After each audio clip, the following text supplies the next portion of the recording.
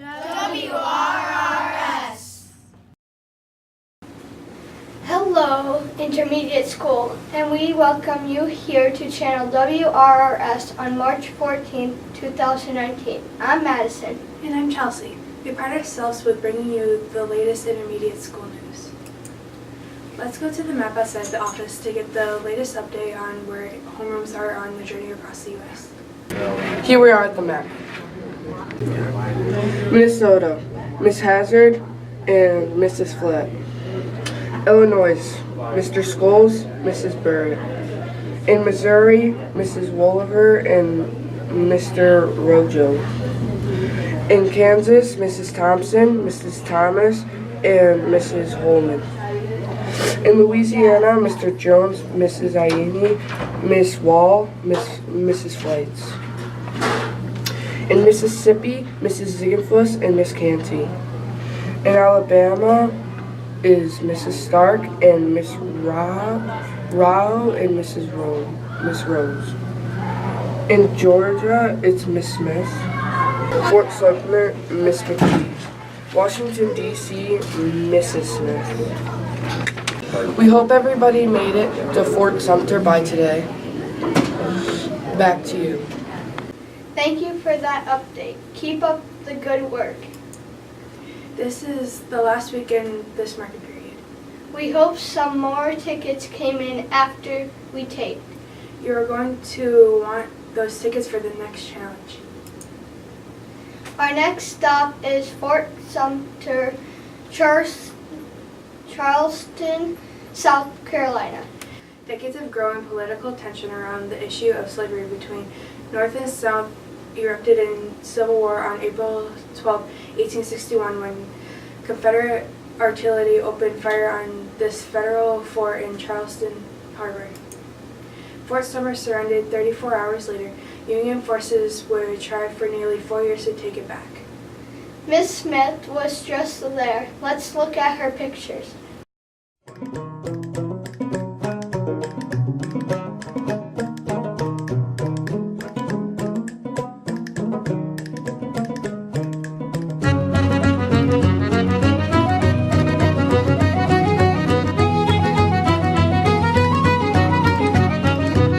Check out this video from the National Park Service.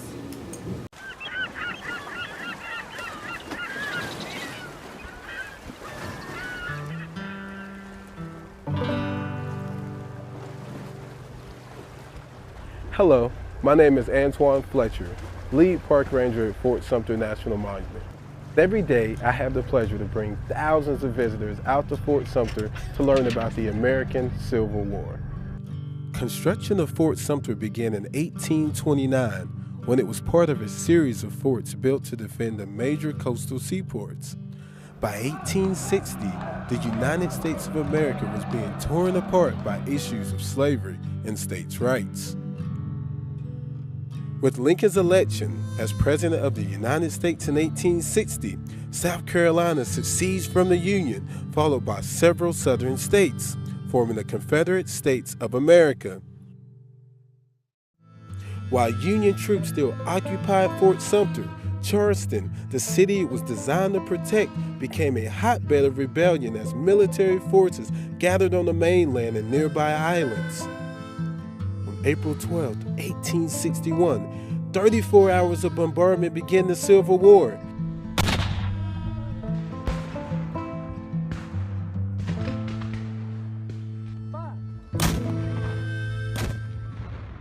It was the beginning of 4 years of horrific fighting, North versus South. Over 600,000 lives would be lost in this tragedy. With the war nearly over, the Confederates abandoned Fort Sumter. On April 14, 1865, the Union re-raised the flag of the United States exactly 4 years from the date it was lowered. The fort continued to be used by the military through World War II. In 1948, the fort was established as Fort Sumter National Monument. When you come to Fort Sumter and you walk through those doors, you feel something. you feel what they felt, whether it was a slave, a laborer, a Union soldier, a Confederate soldier. You think about the fear, you think about the hurt, you think about the sorrow, everything that they felt as soldiers and the people of Charleston during the bombardments of 1863. It's all right here.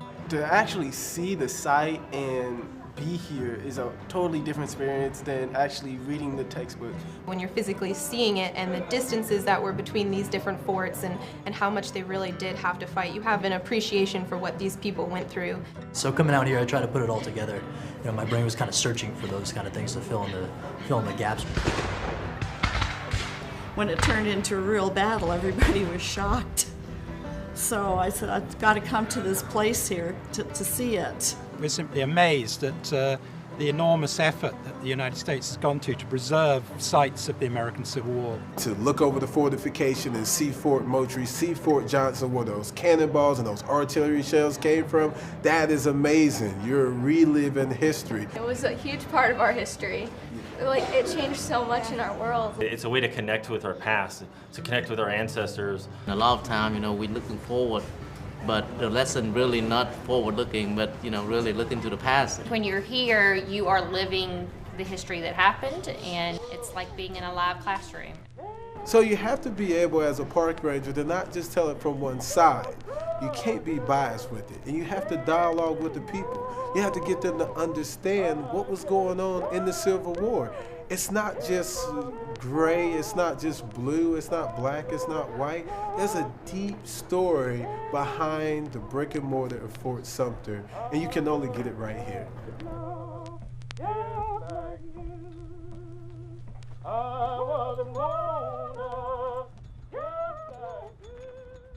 The mission of the National Park Service is to help preserve and protect our natural and cultural resources for this generation and for future generations to come and enjoy and explore.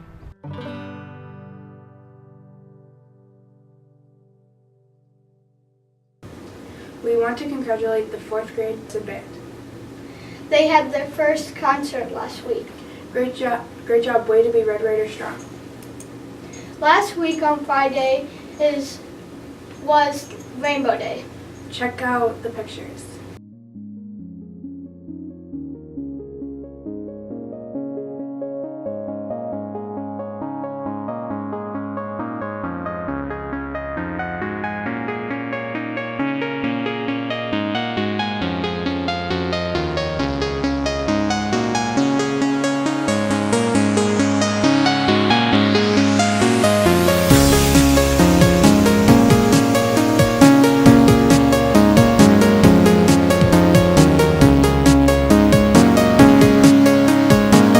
Congratulations to the 6th grade computer classes for a successful, awesome red carpet. You represented our school with pride. Don't forget that Monday the 18th starts the new specials rotation. Art goes to computer, computer goes to music, and music goes to art. Let's make this last market period awesome. This brings an end to our broadcast this morning. Don't forget to show respect for our school, our classmates, family, and community, and be responsible. We are respectful. We are responsible. We are safe. We are Red Raider strong. What are we going to be? We are going to be... One more time.